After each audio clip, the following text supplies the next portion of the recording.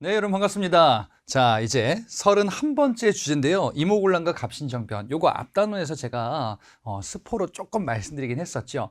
이 사건은요. 우리가 개화정책을 추진하는 과정에서 뭔가 큰 어떤 두 가지의 사건, 변란이 벌어지게 될 겁니다. 그와 관련한 내용들을 우리가 볼 겁니다. 자, 일단 본격적인 얘기하기 전에 테마를 보고 이야기를 해 보도록 할게요. 이성의 끈 놓으면 안 되겠죠.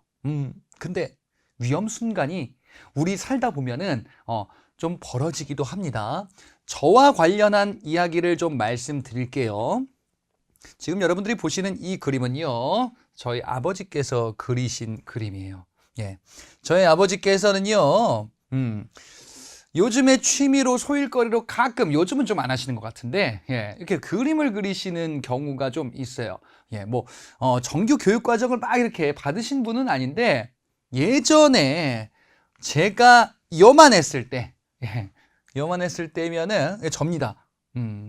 막 돌 때 막 이럴 때거든요. 거의 저는 이제 기억이 없어요. 그때 아버지께서 하셨던 일이, 지금 물론 아니시긴 한데, 하셨던 일이 바로 디자인이셨어요. 예. 이 디자인, 어디서 디자인을 하셨었냐면요. 오디오 회사에서.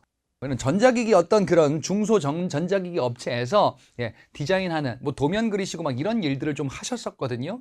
그래서 그러셨는지 지금은 이제 그런 어렸을 때 보면은 그림 같은 걸 되게 잘 그리셨었어요. 예, 저는 그걸 안 닮아가지고 저는 이제 그림 그릴 때 이제 막 발로 막 이렇게 막 그리거든요. 예, 근데 이제 저희 아버지는 되게 좀 잘 그리시는 편이세요. 이런 당시의 손재주가 남아 있으신 거죠. 자, 근데 디자인을 이렇게 하셨었는데 제가 요만했을 때 어떤 큰 문제가 생깁니다. 회사 실적이 뚝뚝뚝 떨어지는 거예요. 아버지께서는 열심히 하셨음에도 불구하고 회사의 자금 사정이 굉장히 안 좋았었대요. 그러면서 무슨 문제가 생겼냐? 월급을 안 줬어요. 진짜로. 거짓말이 아니라 월급을 안 줬대요. 제가 막 이제 돌대고 막 필요한 것들 많아질 거 아니에요. 아이 키우면은. 그렇지? 저희 어머니는 이제 남편이 월급을 안 가져오니까 큰일 난 거지. 아이를 키워야 되는데. 그러면서 이때 정말 정말 많이 다툼도 하시고 서로 이제 막 예민하시기도 하고 막 그러셨대요. 원래 돈이 없으면 또 그럴 수밖에 없잖아. 그렇지? 한 달, 두 달 계속 밀려가지고 월급이 안 나오니까 생계가 안 되는 거예요. 그래서 저희 아버지가 처음에는 얘기를 했겠죠. 이거 돈 달라. 난 지금 이거 가정을 책임져야 된다. 저는 이제 막 크고 있는데 이러면서 막 항의도 하고 막 하셨다는데 회사에서는 답이 없대요. 이건 지금 줄 수가 없대요. 지금이야 이제 막 노동청에 신고도 할 수 있고 여러 가지 법적인 제재 법적인 구제 수단 같은 것도 있을 수는 있는데 이때는 이제 막 그런 게 좀 활성화되기 전이었거든요. 그래서 아버지께서 회심의 카드 안 되겠다. 이대로 가다가는 우리 가족 굶어 죽겠다라고 해서 이렇게 했대. 오디오 회사잖아. 그치? 그래가지고 트럭 같은 거 하나 빌려와가지고 오디오를 그냥 가져갔대요. 예, 가서 얘기한 거죠. 월급 안 주니까 나 이걸로 가져간다. 예, 해서 이제 이거를 쭉 싣고 왔대요. 그래서 이걸 가지고 주변 지인들한테 좀 팔면서 당분간 생계를 유지했었다. 정말 눈물겨운 이런 이야기가 있었어요. 그래서 저희 아버지도 이런 거 그때 얘기했을 때 아유 그때 진짜 너무 힘들었었다 해가지고 이제 막 이모나 그 외삼촌들한테 요거 막 팔면서 어떻게든 이제 막 사정하고 이랬었던 적이 있다고 합니다. 자, 근데요 가정을 한번 해볼게요. 이렇게 오디오를 가져와서 팔았는데 그 산 사람들이 얘기하는 거예요. 아니 진석 아빠 이거 좀 이상한 것 같아. 아니 뭐요? 아니 이거 다 고장 나가지고 이상한 거 잘못된 거 가져오면은 이거 어떡하냐고 다시 환불해 달라고. 만약에 이랬으면 물론 다행히도 아니었어요. 예, 다행히도 아닌데 만약에 이랬으면은 어땠을까? 이 오디오가 불량이었다면은 저희 아버지 심경은 어땠을까요? 예, 다시 회수해서 회사로 쳐들어가겠죠. 거기서 무슨 일이 있을지 몰라. 왜? 저를 키워야 될 거 아니에요. 그렇죠? 가장이시잖아요. 그러니까 이 모성애 부성애 요거 건드리면은 이제 확 뒤집어지는 거지. 그래서 이런 생각을 해봅니다. 만약에 진짜 불량이었으면은 이거 어떤 사고를 치셨을지 모르는 거죠. 그죠? 거기서 이제 어떤 다툼이 있어. 다행히도 그 정도는 아니었었더라. 이와 관련한 사건, 이성의 끈을 놓을 뻔 하셨던 사건. 여기 있습니다. 이모곤란입니다. 예. 제가 말씀드린 제 경험담은요, MSG 하나도 안 치고 그대로 말씀드린 거예요. 그와 관련한 더한 얘기가 여기 있는 것이 바로 이모곤란이라는 사건입니다. 자, 우리가 앞단원에서 뭘 봤었냐면요, 개화정책 과정에서 여러 가지의 좀 그 견해 차이, 갈등, 대립 이런 게 있을 것이다. 그리고 정부 입장에서는 어쨌든 난 개화정책은 하고 싶어. 그렇다고 전면적인 건 아니고 그냥 온건하게 서양식 무기 같은 거 받아들이고 싶어. 이게 정부의 생각이었어요. 그래서 뭘 했었냐? 통일기무원 만들고, 그리고 별기군을 창설하죠. 정부가 신식군대 별기군을 창설했어요. 야, 별기군 보니까 서양식 군대, 우리가 서양 국가처럼 이제 강력한 국가가 될 수 있겠다. 구식군대는 축소했는데 본심은 아유, 저기 들어가는 돈 다 이쪽으로 밀어주고 싶은데 라는 생각하겠죠. 이 과정에서 소외되는 계층이 당연히 나오는 거예요. 이 구식군인들이 소외감을 느끼는 거예요. 그렇잖아. 새로운 군대 별기군은 잘 챙겨주고 우리는 안 챙겨줘. 좀 서운하네. 근데 문제가 서운한 것까지면 되지. 문제는 월급을 안 주는 거예요. 13개월 동안 월급을 안 줘요. 1년 동안 월급을 안 주는 거예요. 가서 사정사정 했겠죠. 저희 아버지처럼 뭐, 아니 나 지금 이거 처자식 먹여 살려야 된다. 왜 안 주냐. 아이고 이거 나라꼴이 지금 어려워서 좀만 참아보게. 아유 알겠습니다. 이런 거 몇 번 했겠죠. 그렇지? 참고 근데 더 이상 방법이 없어. 조금만 참으면 준대. 기다려보자. 이 과정에서 가정에서 얼마나 싸웠을까요? 그지? 부부 사이에. 아니 여보는 맨날 출근해가지고 돈도 안 갖고 오고 어디 가서 지금 딴짓하고 있는 거 아니야 지금? 옆집은 지금 뭐 밥 잘 먹고 있다는데 이거 뭐야? 그러면 그쪽 가서 살든가. 나도 지금 열심히 뭐라 그랬어 자기 막 이러면서 이제 막 싸우겠죠. 엄청난 갈등 같은 게 있었을 거야. 꼭 누르면서 참았겠지. 그러다가 1년이 지나서 월급을 줍니다. 아이고 얼마나 다행입니까? 줬으니까 월급을 줍니다. 쌀로 줘요. 예. 그래서 가지고 와서 이제 이 월급 쌀 받은 거 짊어지고 와가지고 큰 소리 치고 싶겠죠. 봐라 내가 가져오지 않았냐고. 우리 이제 맛있는 거 해먹고 떡도 해먹고 하면서 이제 맛있게 오늘 배불리 좀 먹자라고 했겠죠. 어머 자기야 잠깐만 기다려봐 해가지고 이제 쌀 가지고 이제 밥 짓고 하려고 했는데 문제가 생겼어요. 뭐 쌀이 반, 모래가 반인 거예요. 쌀에다가 모래, 겨 이런 걸 섞은 거예요. 내가 그러면 그럴 줄 알았지. 이상한 거 갖고 와가지고 당신이 하는 일이 꼭 그렇지 뭐야 했더니 이제 여기서 이성의 끈이 탁 끊어지겠지. 1년 동안 참았는데 이거 받았는데 아니 이것들이 저 위에 있는 저 나으리라는 작자들이 이들이 모래로 장난을 쳤어? 몰려온 겁니다. 그래서 이 난이 벌어지게 될 거예요. 기본적으로는 구식군인들에 대한 차별이 기본적인 배경이었었다라는 것이고요. 이 구식군인들 난에 누구도 가세할 거냐면은 일반 서민층들도 가세할 거거든요. 일반 서민층이 가세하는 이유가 바로 이거예요. 지금 이 시점은요, 강화도 조약이 체결된 이후 얘기거든요. 강화도 조약이 일본과 조약을 체결하고 나서 일본의 문물들이 많이 이제 들어오게 되는데요. 자, 일본의 쌀을 많이 수출하게 될 겁니다. 이걸 유출하게 되는 거예요. 일본인들이 쌀을 많이 수출해 가는데, 수입을 해 가는데, 우리 입장에서는 쌀이 많이 유출이 될 거예요. 쌀이 많이 유출이 되니까 생기는 문제가 쌀이 부족해지면서 물가가 뛰어요. 이에 대한 불만들이 있었던 거야. 아니, 정부는 왜 일본인들한테 문호를 열어주고 또 왜 별기군 같은 거 만들면서 차별해가지고 이게 뭐가 지금 잘못됐어 나라 꼴이 라는 불만들. 그래서 좀 아까 말씀드렸던 건 이겁니다. 급료로 지급된 1년 만에 지급된 쌀에 겨와 모래 같은 게 막 섞여 있으니까 이제 이성의 끈이 탁 끊어지는 겁니다. 가서 어디를 습격하냐? 월급 주던 데 가서 항의하겠죠. 거기가 이제 선해청이라는 곳입니다. 이 선해청이 이제 대동법에서 나왔었던 그 관청입니다. 자, 재정을 담당하는 이 관청 가가지고 항의하겠죠. 항의하고 그 다음에 관련 인물들 집을 습격할 겁니다. 당시 여기 책임자 민겸호라는 사람이 있었는데 집을 불질러 버려요. 그리고 어디에 침입하냐? 이제 궁궐까지 침입할 겁니다. 이런 루트로 갈 거예요. 그리고 한편으로는요, 일본 공사관도 습격을 해요. 일본 공사관은 왜? 일본인들이 쌀을 많이 실어갔다. 쌀 문제, 밥 문제 이런 게 일본인들이 문제다. 정부의 기득권층이 문제다. 라고 요 두 가지로 본 거예요. 네, 그래서 이들이 관공서 및 왕궁 그리고 일본 공사관 이런 데들을 습격하는 겁니다.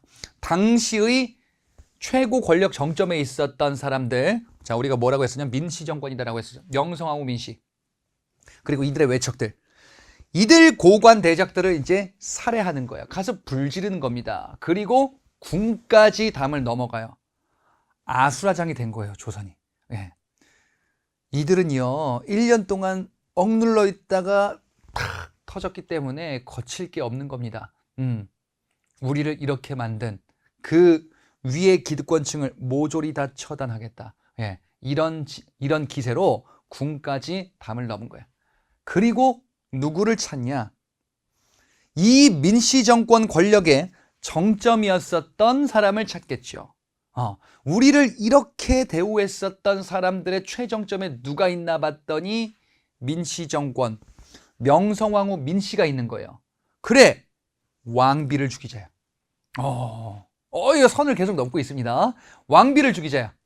왕비를 죽이려고 궁을 돌아다니면서 궁이 난장판이 된 거예요, 지금.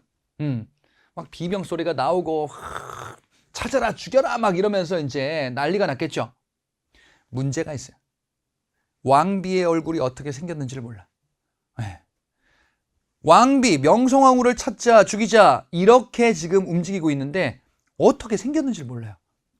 그럼 여러분이라면 어떻게 찾을래요? 명성황후를 어떻게 찾을까? 어떻게 생겼는지 모르겠어. 아는 게 하나 있어요. 왕비 옷은 대충 뭐 좀 화려하고 뭐 이렇게 생긴 것 같아 라고 이제 들은 게 있어요. 그러면 왕비 옷을 입은 사람을 찾으면 되죠. 와 찾다 보니까 왕비 옷을 입고 있는 사람이 하나 있어요. 이쪽이다. 와 잡혀서 죽었어요. 명성황후는 죽었나? 아니야. 명성황후는 궁에서 지금 이런 난이 벌어지자 직감을 했어요. 여기서 내가 제대로 대처하지 못하면 죽는다. 그래서 궁녀를 불러와요. 얘야, 바꿔 입자. 왜 그러십니까, 마마님? 입어라. 왕비 옷을 입힌 거예요. 그리고 본인은 몰래 빠져나갑니다. 충주까지 피신을 해요. 이러면서 당시 왕인 고종한테 이야기를 해요. 남편이죠. 사람들이 절 찾으면 죽었다고 하세요. 그러고 사라집니다. 구식군인들은 명성황후 대역을 죽인 거예요. 아무튼 이렇게 해가지고 지금 민씨 정권이 일시적으로 권력을 잃었어요. 그리고 군인들이 난이 지금 이렇게 확대되고 있습니다. 당시 왕, 총책임자가 왕이죠. 일단 고종. 어떻게 할 거예요? 이들을 좀 혼란을 잠재워야 돼요. 그래서 아버지를 호출합니다. 흥선대원군이 이 시점에 절호의 찬스다. 내가 권력을 쥐을 수 있는. 흥선대원군은요 권력을 놓은 이후에도 계속 권력을 다시 되찾을 시도들을 해요. 심지어는 아들을 끌어내릴 시도도 나중에 하기도 하거든요.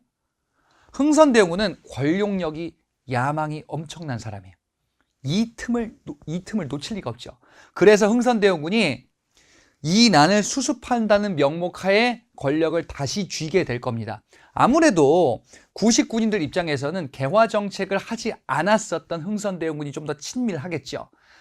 수습의 적임자다라고 판단할 수도 있겠지. 그래서 재집권했었던 누가? 흥선대원군. 흥선대원군이 다시 등장했었구나. 그래서 예전 군대로 바꾸고 개화 정책 없던 걸로 다 바꾸는 거예요. 이게 이 내용이에요. 오군영 부활시키고요. 별기군 폐지하고 통일기만도 폐지하는 거예요. 그렇지? 이렇게 수습이 된 줄 알았지. 자, 근데요. 지금 명성황후를 비롯한 민씨 외척 세력들, 이들이 지금 쫓겨났죠. 이들이 쫓겨나면서 SOS를 요청해. 바로 청나라예요. 여기서 뭔가 좀 잘못됩니다. 청나라에게 도움을 요청해요. 지금 우리 조선이 이런 문제가 생겼다. 그래서 청나라가 우리를 이 문제를 좀 수습해 주세요. 부탁드립니다. 황제 국가 아니십니까? 권력을 놓을 수 없다 이것이. 그치?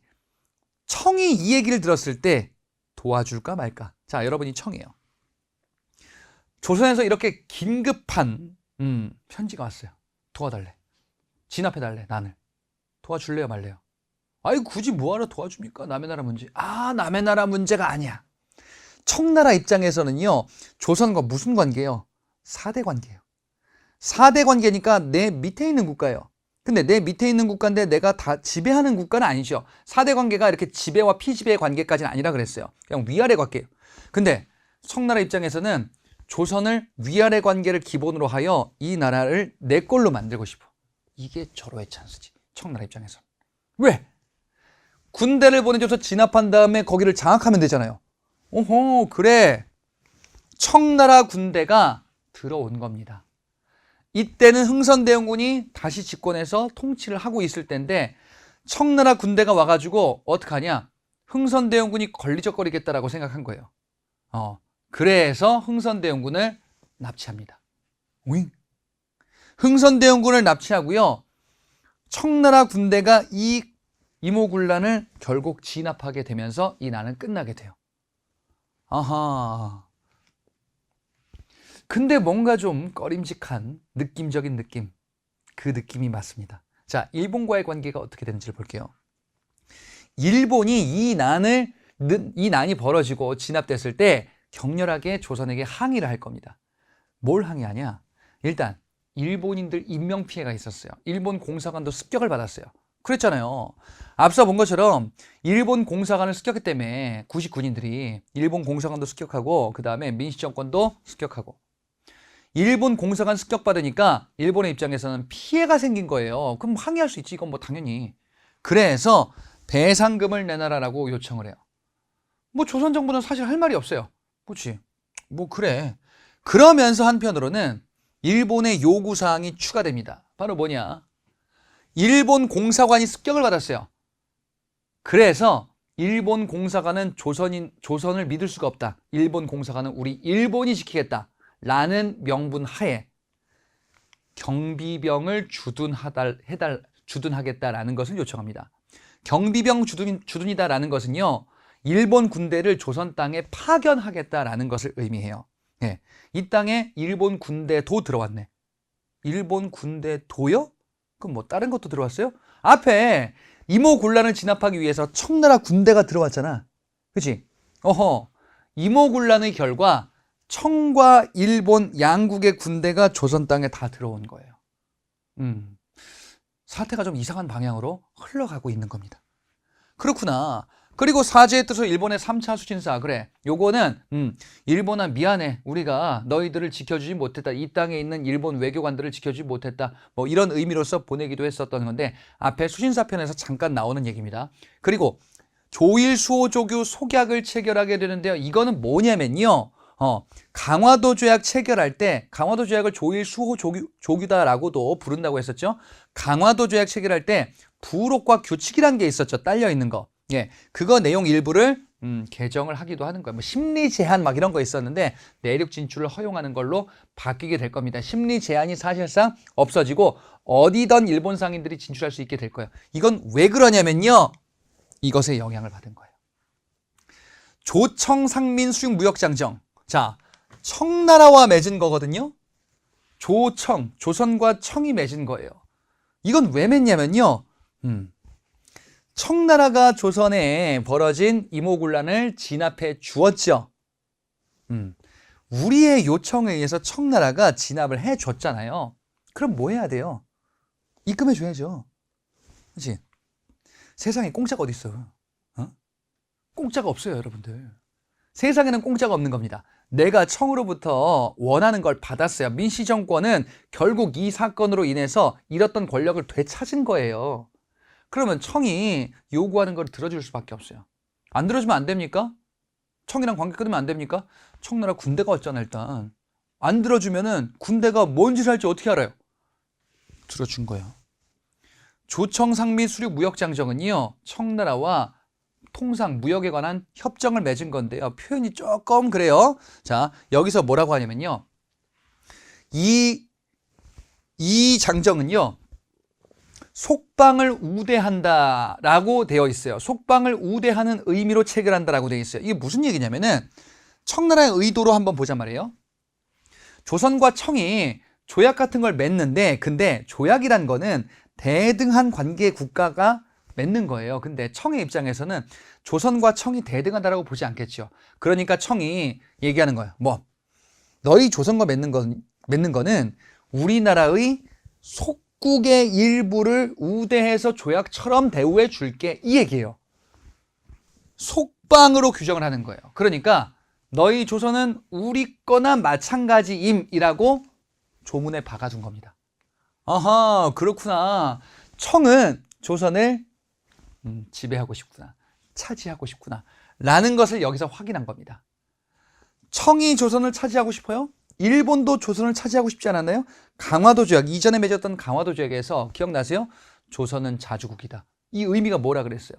조선은 청에 대해 자주국이고 우리 일본이 언젠간 너희들을 차지하고 말 거야. 청도 너희들은 우리의 영토나 마찬가지야. 어허, 이것 봐라. 청과 조선이 조선을 둘러싸고 서로 이제 욕심을 드러내기 시작하는 거예요. 그리고 청나라 상인들이 조선 땅에 진출하면서 통상에 관해서 상권을 잠식하겠다라는 행동을 취하게 되는 근거를 마련하게 되는데요. 내지 통상을 사실상 허용하게 됩니다. 자, 이건 뭐냐면요. 여러분, 앞서 강화도 조약에 조일수호조규 부록이라고 있었죠. 여기에 심리 제한 규정이라는 게 있었잖아요. 이거는 개항장 심리 내에서만 일본인들, 상인들이 활동할 수 있다라는 거였지. 심리 제한? 아니, 개항장 말고 내륙 지역도 다 진출할 수 있게 허용해주자, 내지 통상이에요, 이게. 그러면 상권, 다른 나라 상권에 들어가고 싶어요. 심리 제한보다 내지 통상이 더 큰 많은 권한을 부여받은 거죠. 그래서 일본도 앞서 보는 것처럼 내륙 진출 허용, 이걸 요구하는 거예요. 이걸 개정하는 거예요. 자, 그래서 청상인들이 들어올 수 있는 계기를 마련하게 되었구나. 많은 상인들이 피해를 보겠죠, 우리나라에. 그치? 정부는 묵묵부답, 할 말이 없어요. 정부는 어쩔 수 없다. 우리의 권력을 지키기 위해서는 청나라 도움을 받고 지불할 수밖에 없다. 아니, 우리는 지금 상권이 지금 무너지고 있는데요. 안 들린다. 뭐 이렇게 되는 것이. 나라의 운영이 좀 잘못되고 있다. 더 큰 문제 중에 하나가 이겁니다. 청나라가 조선에 대해서 내정 간섭을 하기 시작해요. 고문들을 이렇게 파견해. 마젠창, 멜렌도르프는 독일인인데 친청 독일인입니다. 이런 사람들을 조선에 파견해서 조선의 정치를 간섭하기 시작해요. 이 내정 간섭은 여러분들 만만한 게 아니에요. 이 내정 간섭 앞에 이미 있었어. 저 앞에 고려시대 때 있었어요. 원 간섭기 있잖아요. 원 간섭기 때 고려의 모습이 정상적이었습니까? 아니잖아. 이렇게 되기 시작하는 거예요, 이제. 청나라의 내정 간섭을 받기 시작하는 거예요. 너무 값비싼 대가를 치러버린 거예요. 민씨 정권이 제대로 정치를 운영하지 못하고 잘못된 수습책을 내놓는 바람에 이렇게 꼬인 거예요. 근데 군대도 막 들어오고 간섭하겠죠. 여차하면 위협하겠죠. 이게 이모군란으로 잘못돼서 어그러진 조선의 모습이에요. 그러니 당연히 민씨 정권 물러나라, 개화정책 다시 하라, 이런 요구 나오겠죠. 그죠? 그래서 이모군란의 결과 당시 개화정책, 민씨정권에 대한 불만이 생긴 거예요. 뭐가? 급진개화파와 온건개화파. 당시 민씨정권의 노선은 온건개화파였었거든요. 온건개화 노선, 이게 뭐였었어요? 서양의 무기만 받아들이자. 근데 서양의 무기만 받아들이자 너무 소극적이다. 게다가 서양의 무기만 받아들이면서 청나라와 긴밀한 관계, 긴밀한 관계? 그렇다 쳤는데 봤더니 청나라를 끌어들여왔네. 이 급진개화 세력이 온건개화파들을 마구마구 비판하겠죠. 잘못됐다. 이러다가 청나라한테 나라 다 넘기게 생겼다. 라고 비판하는 거예요. 이게 바로 급진개화파, 온건개화파의 분화가 되는 거야. 여기서 또 갈등이 생길 수밖에 없겠지. 그렇지? 자, 근데 이 이모군란 지금 보는 갑신정변 요 사이 시점에 정부가 개화 정책을 계속 이어는 가요. 개화 정책을 하고 있는 거예요. 돈이 부족해. 정책을 해야 되는데 재정이 부족한 거야. 살림살이가 만만치가 않은 거예요. 그래서 어떻게 하냐? 방법이 없을까? 정부가 새로운 화폐를 발행하기 시작해요. 그게 당오전이라는 거거든요. 당오전 하니까 뭐가 생각나요? 비슷한 게 있었잖아. 탕백전이 있었잖아요. 어허, 뭔지 알겠죠, 이게?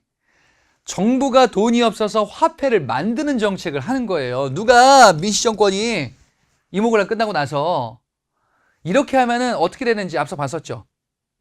나라 경제 파탄 나는 거예요. 물가 폭등하는 거예요. 인플레이션 푹푹 뛰는 거예요. 급진개화파 입장에서는 미칠 것 같아. 나라 망하게 생겼어. 얘들 왜 그러는 거야? 민시정권들 이거 큰일 나겠어. 그러면 돈 없는데 어떡할 거냐 이거지. 돈이 없을 때 만드는 것보다 빌려오는 게 낫다. 그래서 급진개화 인사인 김옥균이 일본으로 건너가서 돈을 빌리러 와요. 갔다 옵니다. 고종이 물어보겠죠. 그래서 뭐 빌려온다며. 얼마 빌려왔니? 얘기해요. 뭐라고 하냐? 못 빌려줬습니다. 못 빌렸습니다. 왜? 안 빌려줍니다. 못 빌려와요. 자, 급진개화파가 온건개화파 민씨 세력을 비판하다가 돈을 빌려오겠다라고 큰 소리를 치고 갔다 왔는데 못 빌려왔어요. 그러면 급진개화파들은 당당할까요? 아니야. 그리고 민시정권들 저런 세상 물정 모르는 작자들 같으니라고 비판하겠죠. 이럴 때 위축됐을 때 필요한 거는 존버가 필요할 때 있어요. 조금 기다려야 돼. 내가 원하는 게 아직 안 나올 수도 있어요. 조금 존버하자. 지금은 때가 아니다. 지금은 우리 입지가 너무 약하다. 조금 더 차근차근 준비해서 더 나은 조선을 만들자 라고 하면 좋았을 텐데 존버를 안 하셨어요. 너무 다급한 거야. 야, 우리 입지가 이렇게 약해졌는데 조선은 잘못된 방향으로 가고 있고 큰일 났다. 이러다가 우리 조선 절단 나겠다 라고 하여 뭔가를 푹 일으키게 될 겁니다. 자, 그래서 지금 이 배경을 먼저 말씀드린 거예요. 국내 정세를 말씀드린 거예요. 청해 내정 간섭으로 인한 불만, 민씨 정권의 견제, 즉 민씨 정권이 뭔가 잘못하고 있고 이들을 지금 견제하고 있어요. 게다가 급진개화파가 추진한 정책 실패. 이게 뭐였었냐면은 돈 빌려갔다가 못 빌려갔다 이거예요. 입지가 축소됐죠. 뭔가를 해야 되겠다. 방법이 없을까? 방법을 찾아요. 자, 뭔가를 뒤집어 엎는 시도를 하고는 싶은데 문제는 뭐냐면은 국내에 청나라 군대가 있어요. 청나라 군대는 민씨 정권 후원하고 있죠, 지금. 청나라 군대 때문에 뭘 아무것도 못하겠어. 우리는 청나라가 너무 싫은데. 급진개화파 얘기예요. 이들이 정세를 쭉 보고 있는데 청나라 군대가 일부 베트남으로 가버려요. 왜 그러냐? 여기에 프랑스가 쳐들어오거든요. 이거는 이제 청나라 국내 문제예요. 청나라에 병력이 없으니까 조선 땅에 있던 청나라 군대 일부가 그쪽으로 가는 거예요. 됐다. 민씨 정권의 비호 세력인 청나라 세력이 청나라 군대가 일부가 나갔어요. 그러면 나머지에 대항할 수 있는 군대와 협력하면 돼. 일본이죠. 이모군란 이후에 청과 일본의 군대 모두 다 조선에 있었다며. 그럼 일본은 우리 편으로 만들면 되겠어요. 일본과 접촉을 하는 거야. 일본 공사와 접촉을 하면서 이제 얘기하는 거지. 우리가 뭐 그 큰 거 뭐 좀 할 건데 좀 도와줘요. 청나라 군대 오면은 막아줘요. 일본 입장에서는 이거 괜찮은 것 같습니다 라고 생각했죠. 일본도 조선에 대해서 뭔가 영향을 행사하고 싶은 거야. 그래서 사전에 약속을 받은 거예요. 이 급진개화파들이 그래서 큰 정변을 기획을 하는 거예요. 일본의 후원을 약속을 받으면서. 바로 이들입니다. 급진개화파들. 이들은 자신들이 진짜 개화정책의 세력이다 라고 하여 개화당이다 라고 자신들을 부릅니다. 자, 이 개화당이요, 사건을 기획합니다. 언제? 어디서? 우정 총국 개국 축하연 때 이 우정총국 건물에서요. 우정총국은 통신을 담당하는, 우편을 담당하는 바로 우체국이에요. 당시에 처음 만들어진 우체국이에요. 여기가 건물이 완공됐는데 여기서 고관 대작들 막 온단 말이에요. 그러니까 이때 한 방에 치고 우리가 권력을 접수해버리자. 이런 시나리오를 짠 겁니다. 그래서 우정총국 개국 연대에 이때 난리를 일으킨 겁니다. 정변 일으킨 거예요. 여기 불 질러가지고 이제 사람들 처단하기도 하고, 그리고 왕과 왕비를 확보해야겠다라는 생각을 한 거예요. 왜? 왕조사회에서 왕과 왕비를 확보해야 반역의 혐의로 몰리지 않을 수 있어요. 그리고 좀 더 우위를 점할 수도 있거든요. 당시 고종과 명성황후를 확보하는 겁니다. 가서 얘기하는 거겠죠. 뭐라고? 전하 큰일 났습니다. 문제가 생겼습니다. 저희가 안전하게 모시겠습니다. 사실은 본인들이 일으켰지. 예. 그래서 경우궁이라는 건물로 옮겨요. 기존의 창덕궁에서 옮깁니다. 옮겨가지고 여기에 이제 머무르도록 해요. 머무르도록 한 거지 사실상 감금한 거죠. 예. 확보해서 우리가 정권을 이제 이어가고 만들겠다라는 명분이에요. 그리고 이들은요, 이들 세력들이 중심이 돼서 이제 그 각종 직책들을 부여합니다. 그리고 이제 본격적인 정책을 하겠다. 이렇게 될 때까지 하루 이틀밖에 안 걸렸어요. 그리고 세 번째 날 이들이 14개조 혁신정강이란 걸 발표합니다. 14개조 혁신정강은요, 또는 개혁정강이다라고도 하는데, 이 14개조 혁신정강은 우리가 이제 이런 정책을 하겠다라고 발표한 개혁의 플랜이에요. 14개조 개혁정강은, 자, 우리가 정권을 잡았어. 지금 정변 쿠데타로 정권을 장악했다. 그러니까 우리가 이런 조선 만들겠다. 이런 개혁을 하겠다. 자, 어떤 개혁을 하고 싶을까요? 전부 다 서양식으로 바꾸겠다라는 개혁이요. 왜? 급진개합하잖아, 이들이. 그렇지? 일단 기본적으로 청에 대한 조공과 허례 다 없앤다. 청나라는 관계 끊어도 된다. 청나라가 우리한테 이래라 저래라 하고 있단 말이죠. 그러니까 이제 청과는 4대 관계, 이 4대 관계가 조공받는 거거든요. 조공을 하는 거죠. 그치? 예. 이런 관계들을 폐지하겠다. 청나라와는 관계를 끊어도 된다라는 거예요. 그렇구나. 게다가 이들의 주장은 인민평등이라는 가치에 향해 있어요. 자, 제가 근대사 시작할 때 뭐라고 말씀드렸냐면은, 근대사 시작할 때, 근대라는 개념은 자본주의와 이것이라 그랬어요. 이것이 뭡니까? 민주주의예요. 자본주의와 민주주의, 요 두 가지의 가치를 이제 우리나라에 조금씩 도입하는 시기, 이게 이제 근대다라고 도식적으로 이해하면 된다. 민주주의 개념을 받아들이겠다. 민주주의는 서구식 민주주의다라고도 이야기를 하거든요. 그러니까 서양 문물이에요. 서양 문물로 이해를 하시면 돼요. 당시 관점에서는. 서양의 정치 체제예요. 근데 기존의 민시 세력들, 온건계화 노선, 서양의 무기, 용품, 기기 이런 것만 받아들이자. 근데 서양식 제도 민주주의 절대 불가. 왕조사회. 이들은 얘기합니다. 인민평등. 그러면 이것과 관련된 내용이요. 이런 정치를 우리가 구현을 해보겠다라는 거예요. 그럼 갑신정변은 내용 자체가 뭐 나쁜 건 아니에요. 그래, 근대 국가를 만들자라는 운동이에요. 그죠? 그리고 잘못된 관행들을 없애겠다라는 거거든요. 해상공국이라는 거는요, 상인들에게 특권을 준 특권단체예요. 외국의 상인들이 막 오니까 이 특권화시키겠다. 아니 근데 모두가 평등해야 되는 민주주의에서 누구에게 뒷돈 챙겨주고 정부와 결탁하고 이런 거 있으면 안 된다 라고 해서 혁파를 주장하기도 하는 겁니다. 그리고 정부의 살림살이가 너무 방만하게 운영이 되고 있었어요. 그러니까 호조라는 재정관장부처에서 이거를 일원화해서 잘 관리하도록 살림살이 잘하자. 그래, 내용은 나쁜 게 아니다 이거지. 청나라는 너무 싫다. 청이 우리에게 내정 간섭을 하고 있었으니까 이거를 없애겠다라는 거잖아요. 마치 고려 때 원간섭기 때 공민왕이 반원 정책 했던 것처럼 이런 거 하는 거예요. 이런 걸 추진하는 겁니다. 자, 이런 정책을 바로 14개조 혁신정강이다라고 하고 이것을 했다라기보다는 하려고 발표를 한 거예요. 정변 세 번째 날.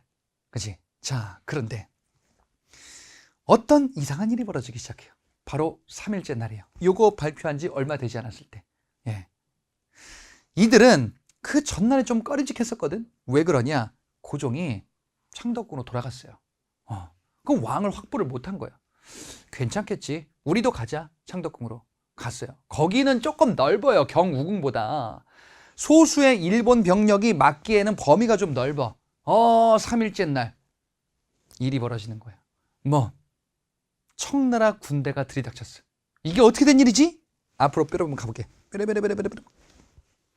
자, 고종과 명성황후가 개화당 세력이 확보하고 있었죠. 그렇지? 그리고 고종과 명성황후가 경우궁이란 곳으로 이렇게 사실상 따라갔어요. 그랬다가 창덕궁으로 간다 그랬죠. 이 과정에서 명성황후가 또 민씨 세력들이 청나라 군대와 긴밀히 접촉을 한 거야. 뭐야? 다시 도와줘요. 가만. 근데 청나라 군대가 베트남으로 갔다 그러지 않았어요? 가다가 일부가 돌아왔어. 당시 일본 병력, 즉 개화당 세력을 지켜주는 일본 병력 300명. 청나라 군대, 민씨 세력이 개입을 요청한 2,000명. 숫자가 상대가 안 되죠. 그죠? 그래서 일본이 어떡하냐? 병력 숫자를 보니까 우리가 잘못하다가 귀신 되겠어. 안 되겠다. 일본이 그냥 도망갑니다. 일본의 배신으로 개화당 세력을 호위하는 세력이 아무도 없는 거예요. 그럼 어떻게 해? 이럴 때 필요한 건 스피드. 도망가야죠. 청나라가 군사 개입해가지고 3일 만에 끝나요. 예. 그래서 요거를 3일천하다라고도 하는 거예요. 그 3일천하 말이 여기서 나온 겁니다. 자, 결론적으로 급진개화파들이 일으켰었던, 즉 개화당 세력이 일으켰었던 갑신정변은요 3일 만에 발표하고 박수치고 끝. 그런데 또 다른 대가를 우리는 치를 수밖에 없어. 왜? 청나라가 또 도와줬네요. 청나라가 도와줬으니까 청에 여러분 대답해 보세요. 내정간섭은 요 갑신정변 이후에 약화될까요? 강화될까요? 강화되겠죠. 이래라 저래라가 더 커지겠죠. 이래라 저래라 하다가 일도 하고 절도 해야 되는 거야 이제. 그래서 내정간섭은 더욱더 심화되는 겁니다. 이제 큰일 났다 이거지. 또 다른 문제들이 있습니다. 자, 일본. 이 과정에서 일본 공사관이 또 문제가 생겨요. 공격을 민중에게 또 받기도 하는 거야. 그래서 배상금 지불을 요구를 하면서 일본 공사관 새로 만들겠다. 조선이 돈 내놔. 조선은 돈이 없는데 자꾸 뭔가 일이 벌어지니까 일본한테 돈을 줄 수밖에 없는 상황이 되는 거야. 이게 한성조약이라는 조약입니다. 앞서 이모군란 때에는 제물포 조약이라는 게 있었어요. 그때는 일본 군대 경비병을 두는 게 있었죠. 그치? 여기선 공사관 신축 비용이야. 좀 비슷한 듯 다르죠? 갑신정변의 결과, 근데 더 중요한 것 중에 하나가 이거예요. 청과 일본이 조약을 맺어요. 자, 청과 일본은 갑신정변에서 청은 민씨 세력들 뒷받침, 일본은 개화당 세력 뒷받침. 근데 일본이 숫자가 불리해가지고 도망갔죠. 이렇게 된 건데 청과 일본이 어찌됐건 충돌은 한 번 했어요. 일본이 도망가긴 했으나 이들이 논의하는 거예요. 뭐라고? 우리가 나중에 조선 땅 두고서 충돌이 또 있을지도 모르겠다. 혹시 일단 조선에 있는 병력은 본국으로 돌아가자. 그래서 돌아가요. 대신에 나중에 문제가 생겼을 때 서로 연락하자. 충돌을 최대한 완화시키자 라는 명분이었던 것 같아. 자, 이걸 우리가 텐진조약이라고 그래요. 일단은 철수하고 나중에 파병 시에 미리 알리는 거예요. 조금 더 적나라하게 한번 말씀을 드려보자면은 이들의 얘기는 이거예요. 우리가 보니까 조선을 차지하려고 언젠간 싸우겠다야. 그치? 지금은 아닌 것 같아. 싸울 거는 같은데 지금은 아닌 것 같거든. 나중에 싸울 때 공정하게 싸우자. 이 얘기예요. 이게 텐진조약이야. 실제로 요 한 10여 년 뒤에 청과 일본이 텐진조약을 구실로 둘 다 와가지고 전쟁이 일어나요. 요게 청일전쟁이라고 뒤에 있을 겁니다. 자, 이렇게 해서 갑신정변이 마무리가 됐어요. 자, 이모군란과 갑신정변 요 두 사건을 보니까 좀 가슴이 답답하죠. 뭔가 좀 잘못 꼬이고 있어요. 그래. 그 다음에 어떻게 됐는가? 결론적으로 청과 일본은 대립이 격화되고 있습니다. 격화되고 있어요. 왜?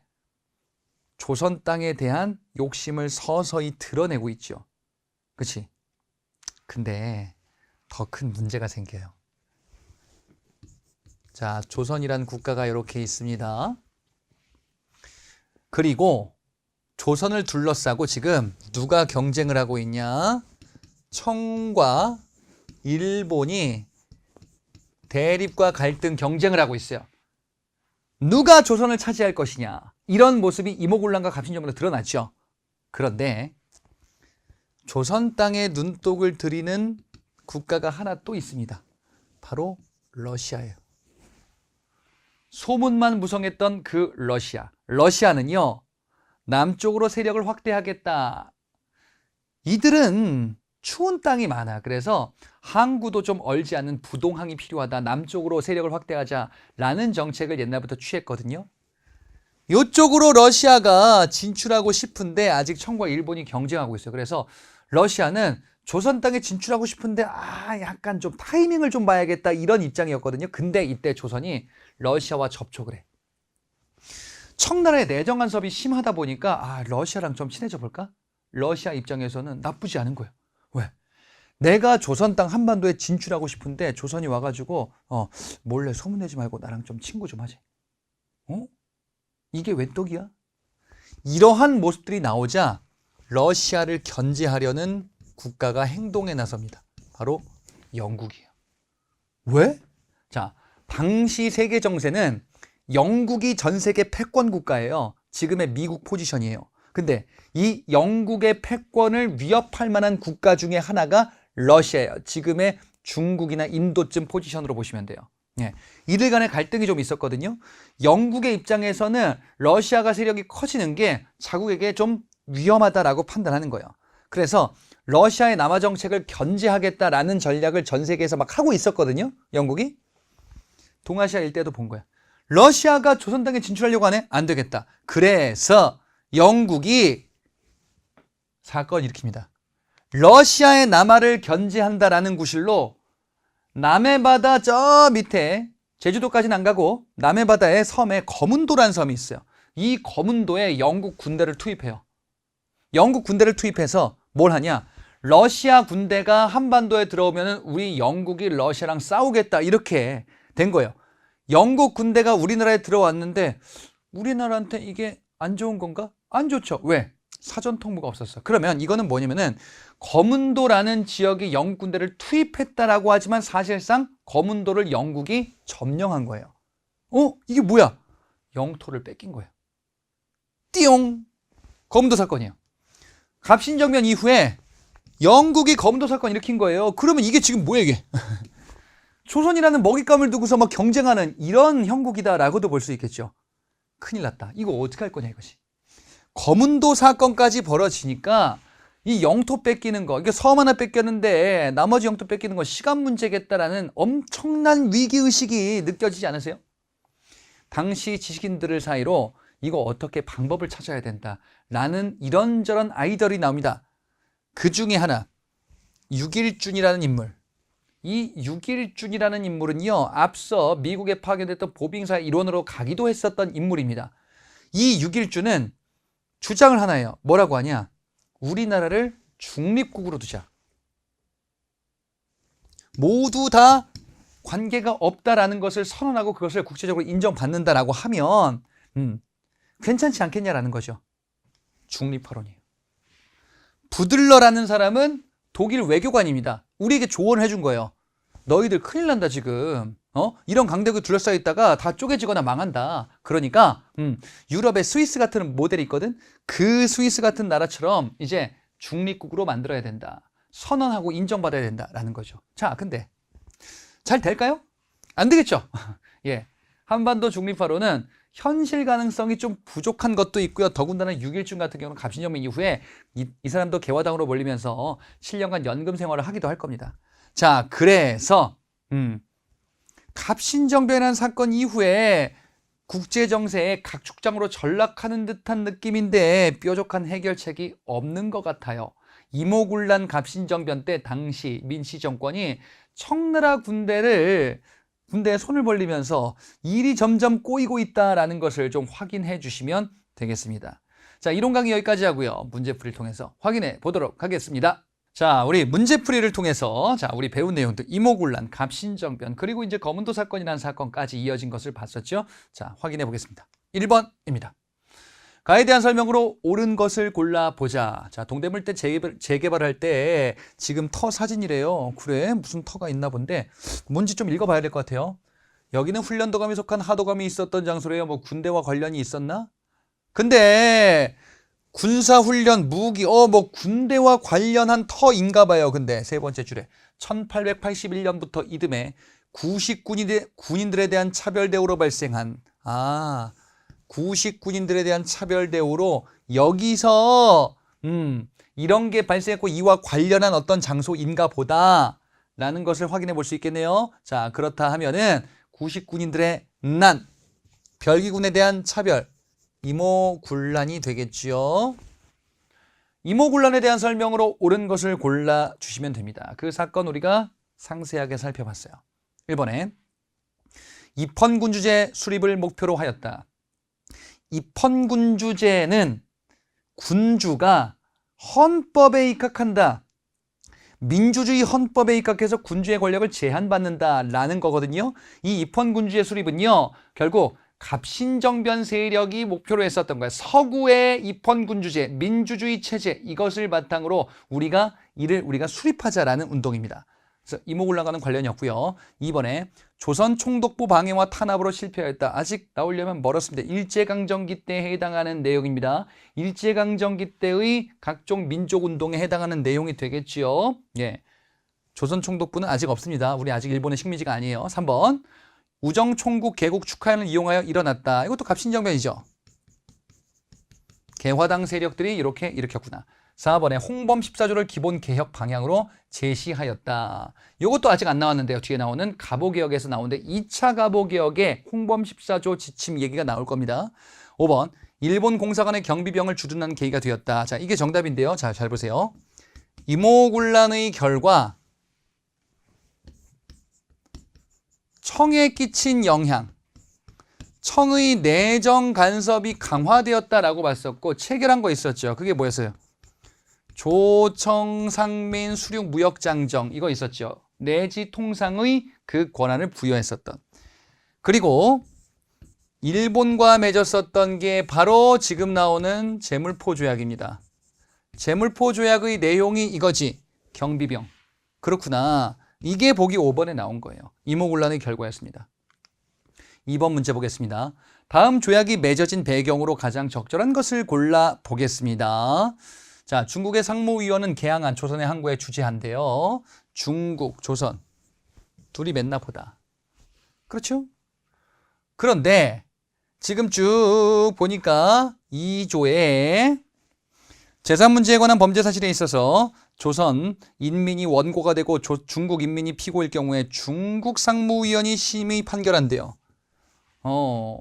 우리나라 사람과 중국 사람 간에 문제가 생겼을 때 중국이 이를 심판한대. 이거 치외법권이거든요. 자, 조청상민 수륙무역장정 이모군란의 결과 맺어졌었던 조청상민 수륙무역장정에는요. 내지 통상에 관한 권리뿐 아니라 치외법권에 대한 내용도 담겨 있어요. 치외법권의 시작은 강화도 조약이 있었죠.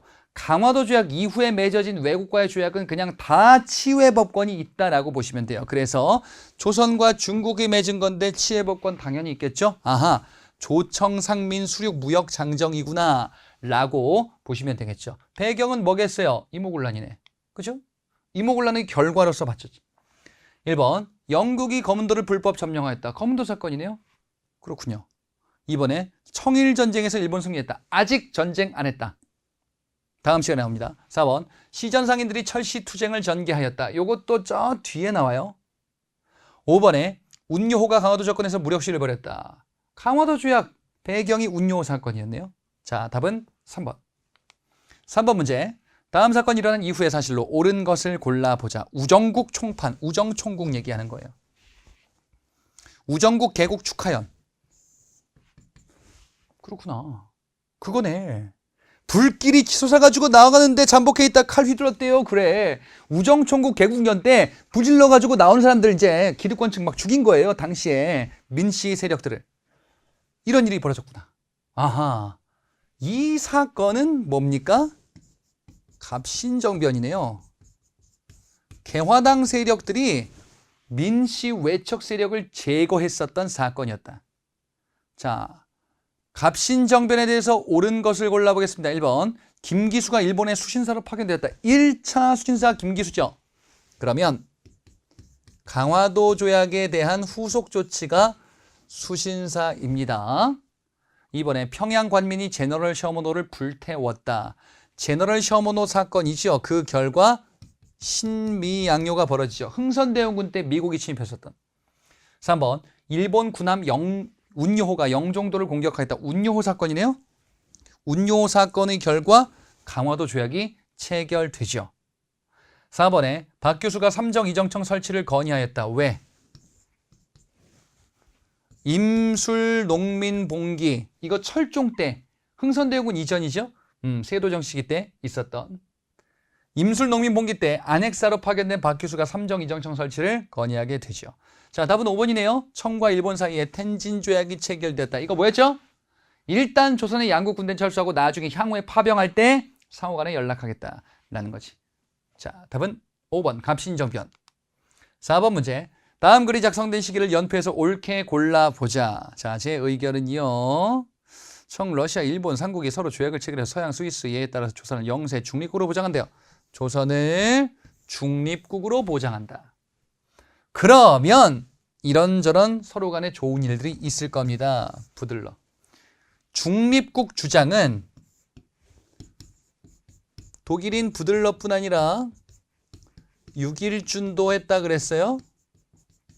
예, 이렇게 있구나.